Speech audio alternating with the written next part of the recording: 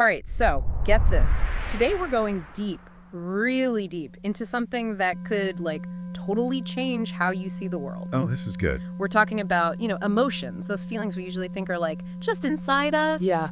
What if they can actually, shape our reality? Whoa, okay, I'm intrigued. Right, it's like we're not just, living in a reality show, we're actually directing it. I like that. So for this deep dive, we're looking at this piece called The Truth About Emotional Control in Reality.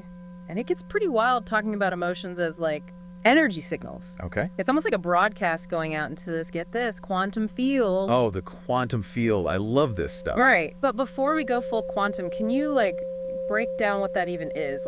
ELI 5 style.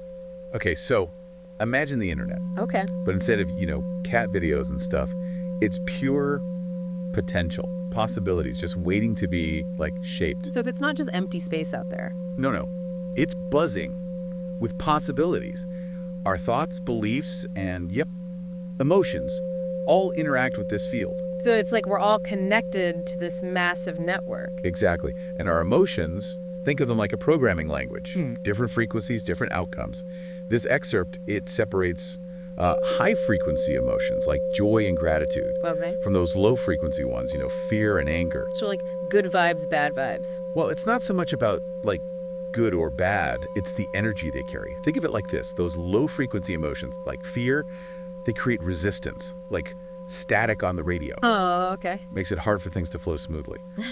But those high-frequency emotions, gratitude, for example, they're clear channels, allowing for better, connection and manifestation. Okay, so it's less about feeling happy all the time, more about understanding the impact of our different, emotional states. That's it. And this isn't just some, new age idea. There's science behind this. Our source, it talks about the heart's electromagnetic field. Okay, so our heart has, an electromagnetic field. Yeah. And it's actually the strongest one our body produces. It even extends beyond our physical form. Wait, our hearts are emitting energy that can impact the world around us. I feel like I'm in a superhero movie. It might sound like it, but it's true. And get this, research shows that when we feel those positive emotions, our heart and brain activity, they sync up. We sync up. Yeah, it's called heart coherence. Oh, I love that. So our heart and brain are, doing a synchronized dance? Exactly. And your heart's electrical activity, the patterns, they become more ordered, more stable. Sounds pretty chill. Right. And there's a ton of research on this, like studies from the Heart Math Institute. They link heart coherence to better decision-making, focus, even resilience. Whoa, hold on. So it's not just about feeling good in the moment. It's about, a more stable, effective internal environment. You got it.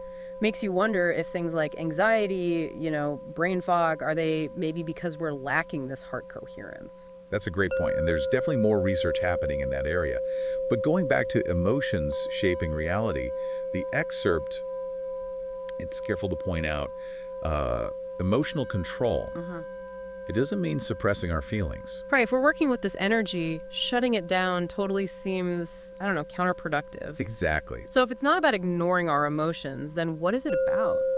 It's called emotional alchemy, and it's more about acknowledging our emotions, understanding their energy, then choosing how we want to channel that energy. Instead of being a passenger on a runaway train of emotions, you're in the driver's seat. Okay, I'm liking this analogy. So we're working with the energy, not against it. Yes.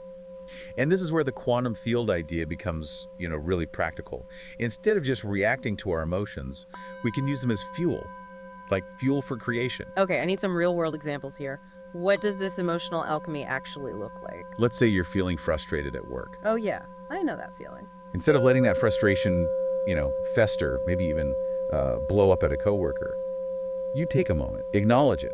The energy of frustration, it's there, but then ask yourself, how can I redirect this energy? Maybe you channel that frustration into, brainstorming solutions or setting firmer boundaries so you don't get frustrated again. So it's like we're transforming that raw, emotional energy into something different, something more aligned with what we want to create. That's the idea. The source gives the example of turning anger into determination or, fear into curiosity and courage.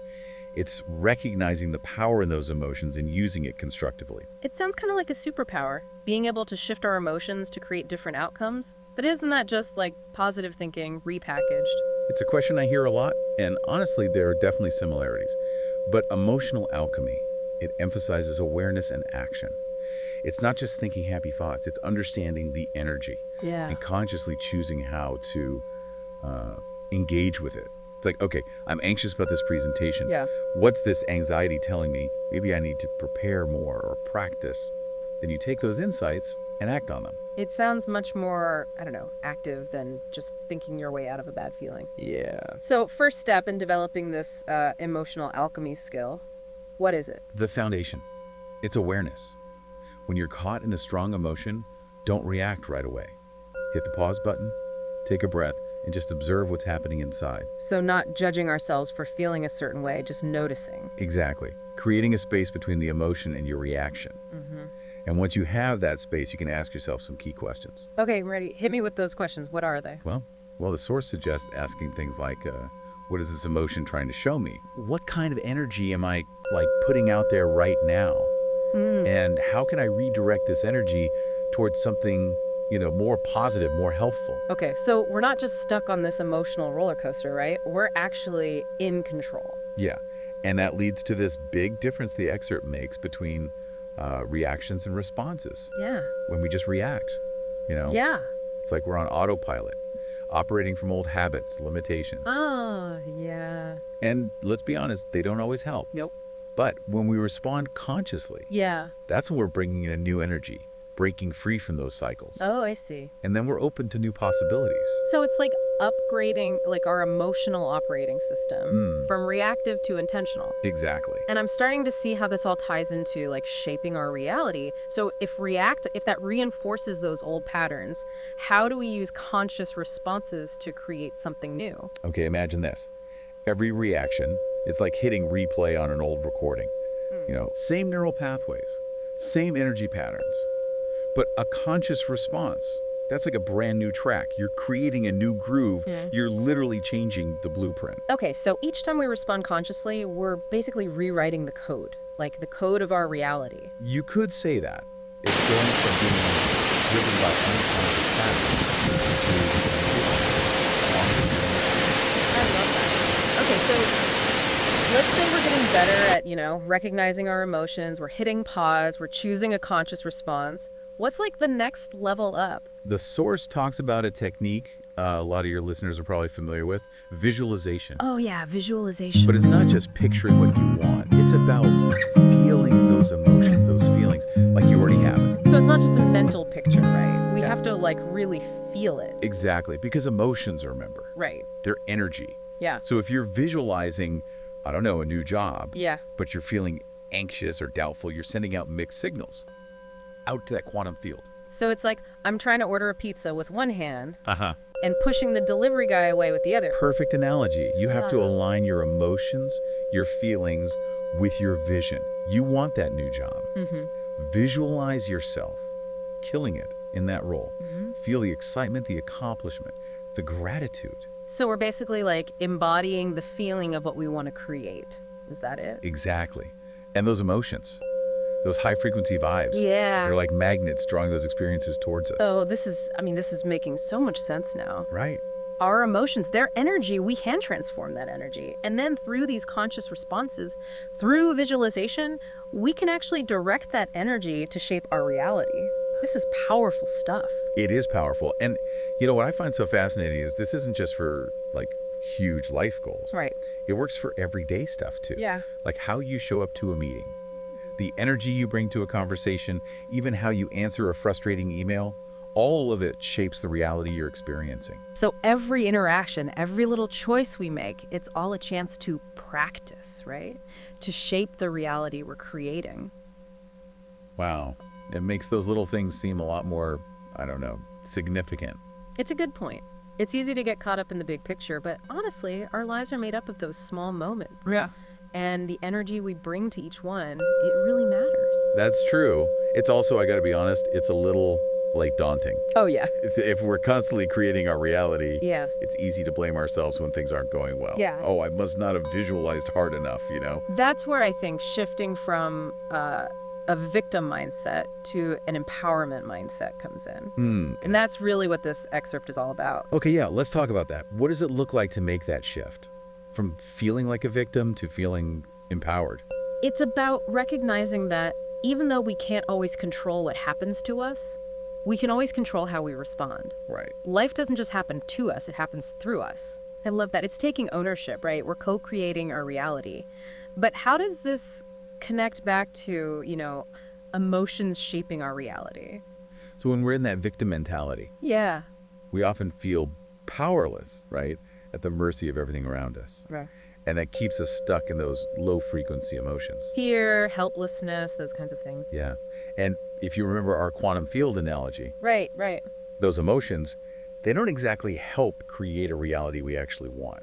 So victim mindset, it's like we're programming the quantum field with disempowering emotions. You got it. But then what happens when we shift to that empowered mindset? Then we acknowledge we have a choice. Yeah. We can shape our experience, even when things are tough. Yeah. And this usually goes hand in hand with, cultivating those high frequency emotions. Like courage, determination, that kind of stuff. Exactly. And those open us up to new possibilities, new solutions. So the challenge is they don't disappear when we're empowered, but we just approach them with different tools, different emotions. That's it.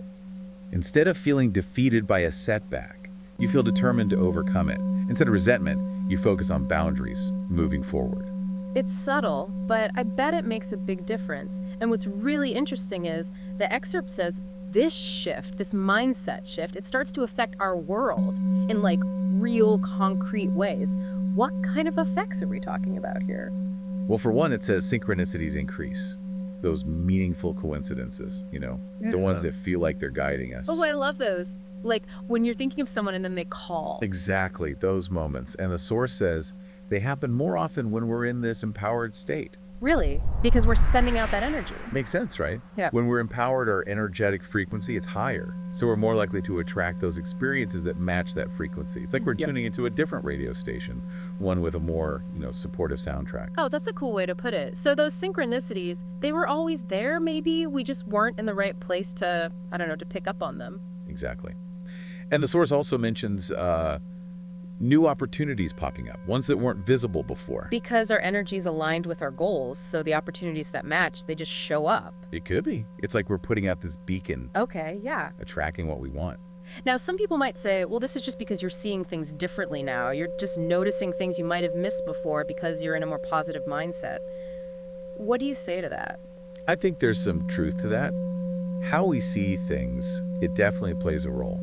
But I also think it's more than just that. Yeah. I think there's a real energetic exchange happening, this resonance between how we feel inside and the world outside. Like we're magnets attracting experiences that match our vibe. Exactly. I mean, it's a big concept, but it makes a lot of sense. Makes you want to, play with it, Yeah, See what happens when you change your energy. I agree. And that's what I find so exciting about this whole thing.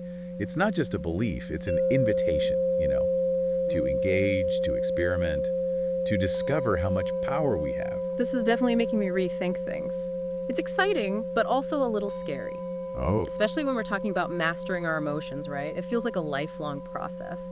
And let's be real, there are days when I just want to, just wallow or scream into a pillow. totally. That's being human. Yeah. And the excerpt, it acknowledges that this is a journey, not like a destination. It's not about being perfectly in control of your emotions all the time. It's about practice and being kind to yourself. Okay, that's good to hear. It's about progress, not perfection. Exactly. It's about showing up each day with the intention to be more aware of your emotions and how they're affecting your reality. Some days you'll get it, other days not so much. The key is to notice without judgment and gently steer yourself back on track. It's like building a muscle, right? The more you use it, the stronger it gets. Love that analogy. Each time you choose to pause, to reflect, to redirect your energy, you're strengthening that emotional mastery muscle. And with time, it becomes more natural, more automatic. Wow, this whole conversation has been incredible. I'm really seeing my own emotions differently. Not as these out of control things, but tools I can use to create the life I want. That's the whole point. Yeah. And the best part, this power, it's inside every one of us. It's already there, just waiting to be unleashed. It's like we've been given a map to a whole new world of possibilities, and I'm ready to start, exploring. Who wouldn't want more of those synchronicities and opportunities? Exactly. And remember, this is an ongoing journey. Stay curious, experiment, and find what works for you. There's no one right way. It's about becoming the architect of your own life. Yes. Which leads me to a question from the source, a really big one. It asks, what kind of reality are you creating? Wow. Yeah, that really gets you thinking. It's not just a question, it's a challenge. It's a call to step up, right? To be more intentional, more deliberate in our lives. It's an invitation to align our emotions with what we truly want, with our potential, and then watch it all unfold. Makes you think, doesn't it? If we're always creating our reality, even without realizing it, imagine what we could do when we're actually, like, trying. Right. It's like we were handed this amazing toolbox, but we didn't know how to use any of the tools. Yeah. And this whole conversation is like we're finally reading the instructions. And those instructions, they're not a secret, right? Anyone can use them. Exactly. That's what's so amazing about all of this. We can all master our emotions. We can all shape our reality. It doesn't matter like where you come from, what your life is like now, or how good you are with, this physical fitness stuff. So, okay, what's next? What's the first thing someone should do if they want to start using these principles in their own life? I think the first thing, the most important thing, is awareness. Just start paying attention to your emotions throughout the day. Okay. Notice what triggers them, how they feel in your body, how they affect what you think and what you do. So, like, become an observer of our own feelings. Yeah. And don't judge yourself for what you see. Be curious. Be kind to yourself. The more you understand your emotional patterns, the more control you'll have. You'll be able to choose how you respond to them. Okay, awareness is the first step. Then what? Once you're more aware, you can start experimenting. Try different techniques to shift those patterns. We talked about emotional alchemy. Right. Yeah. Choosing how you direct the energy of those difficult emotions. Try journaling maybe, or mindfulness meditation, or doing things that bring you joy, things that help you cultivate those higher frequency emotions. So find what works for you. No one right way to do it. Exactly. What helps one person might not help another. The key is to find what feels, genuine, what you can stick with. Yeah, that makes sense. It's got to be personal. And what about visualization? Where does that fit in? Visualization, that's a powerful tool.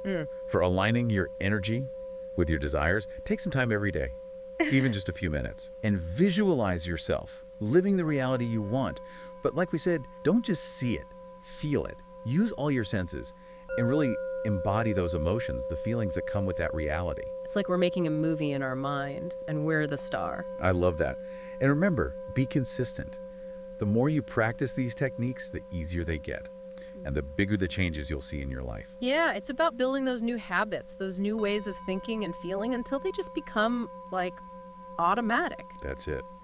And as you go on this journey of emotional mastery, don't forget to celebrate those little victories. Be kind to yourself when you slip up, and most importantly, have fun with it. Yeah. This is about creating a life that's truly yours, a life that brings you joy, fulfillment, a sense of purpose. This has been, wow, such an amazing conversation. I'm really seeing this power we have to shape our reality in a whole new light. It's inspiring, it's empowering, and honestly, it's blown my mind a little. I feel ready to, take charge and start creating something really incredible. I'm so glad. And to everyone listening, remember that question we talked about, the one from the excerpt. What kind of reality are you creating? Let that question guide you as you learn to master your emotions and create consciously.